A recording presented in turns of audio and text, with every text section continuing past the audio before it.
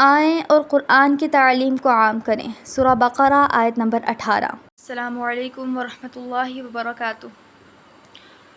امید ہے کہ آپ سب خیریت و عافیت سے ہوں گے۔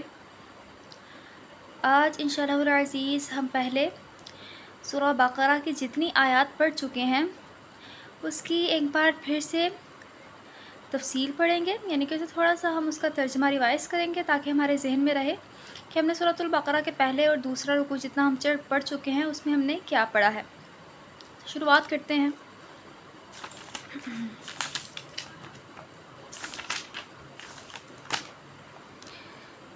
دیکھیں، سب سے پہلے ہم یہ جانتے ہیں کہ ہم نے سورۃ البقرہ کے پہلے رکوع میں کن گروہوں کے بارے میں پڑھا۔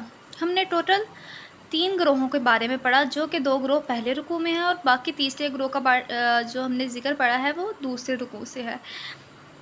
پہلے رکوع میں سب سے پہلے اللہ تعالیٰ نے حروف مقطعات سے آغاز کیا اور کہا کہ اس کتاب یعنی کہ قرآن مجید میں کوئی شک نہیں ہے، ٹھیک ہے، اور یہ پرہیزگاروں کے لیے ہدایت ہے۔ آگے ایک گروہ کا ذکر آیا جو کہ مومن گروہ تھا، کہ مومن کون لوگ ہوتے ہیں جو کہ غیب پر ایمان لاتے ہیں اور نماز قائم کرتے ہیں، اور ہم نے جو انہیں رزق دیا ہے وہ اس میں سے اللہ کی راہ میں خرچ بھی کرتے ہیں، اور جو کتابیں آپ صلی اللہ علیہ وسلم سے پہلے نازل ہوئیں اور جو آپ صلی اللہ علیہ وسلم پر نازل ہوئی وہ اس پر بھی یقین رکھتے ہیں اور یوم آخرت پر بھی یقین رکھتے ہیں۔ اور اللہ تعالیٰ نے ساتھ ہی بتا دیا کہ یہی گروہ ہے جو ہدایت پر ہے اور یہی لوگ فلاح پانے والے ہیں، ٹھیک۔ اب دوسرا گروہ کون سا تھا؟ کفار کا، ٹھیک ہے۔ وہ کفار جو بہت ہی ضدی اور ہٹ درم قسم کے لوگ تھے، یعنی کہ انہیں علم تھا ہر چیز کا لیکن اس کے باوجود بھی وہ ماننے والے نہیں تھے۔ تو اللہ تعالیٰ نے ان کے بارے میں فرمایا کہ آپ صلی اللہ علیہ وسلم آپ انہیں ڈرائیں یا پھر انہیں نہ ڈرائیں، لیکن یہ ایمان لانے والوں میں سے نہیں ہوں گے، کیونکہ میں نے مہریں لگا دی ہیں ان کے دلوں پر، ان کے کانوں پر اور ان کی آنکھوں پر پردے ڈال دیے ہیں اور ان کے لیے بڑا عذاب ہے، ٹھیک ہے۔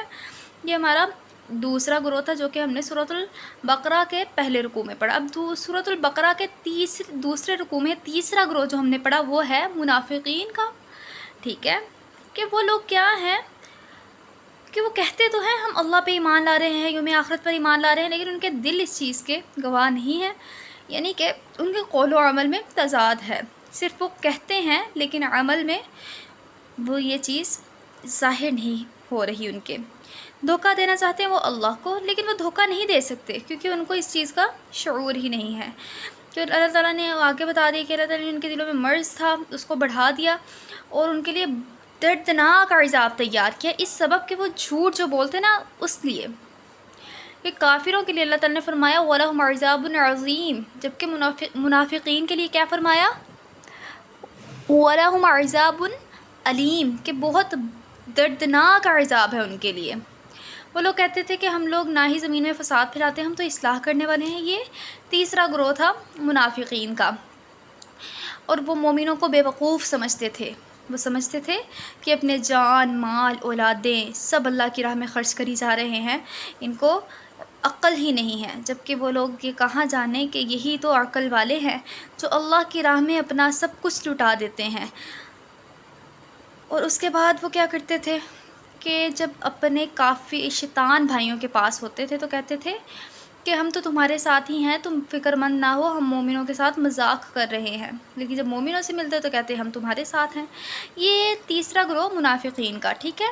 ہم نے کل جیسے پڑھا کہ ان کے بارے میں مثال اللہ تعالیٰ نے کیا دی کہ ایک ایسا آدمی کہ جو اندھیرے میں تھا اس کے لیے روشن ہو گئی، آگ روشن کی گئی، اس کے بعد پھر اندھیرا چھا گیا، یعنی کہ آپ صلی اللہ علیہ وسلم ان کے لیے پاس آئے، ان کو ہدایت دی گئی، لیکن اس کے باوجود بھی ان کے عمل میں اندھیرا ہی رہا، یہ ہدایت پر نہ آ سکے، ٹھیک ہے۔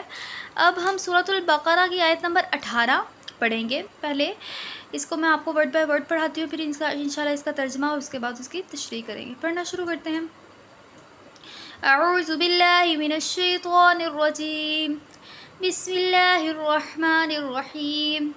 صم صم بکم بکم عمی عمی فہم لا یرجعون لا يرجعون. اب اسے تسلسل سے پڑھیں گے. صم بکم عمی فہم لا یرجعون.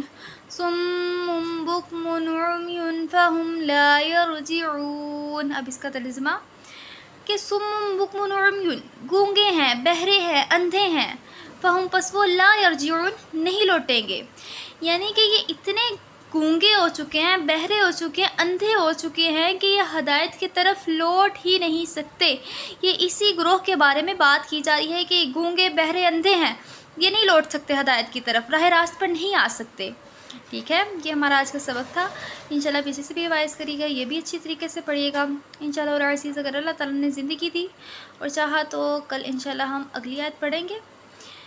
تو تب تک کے لیے اللہ حافظ. السلام علیکم ورحمۃ اللہ وبرکاتہ.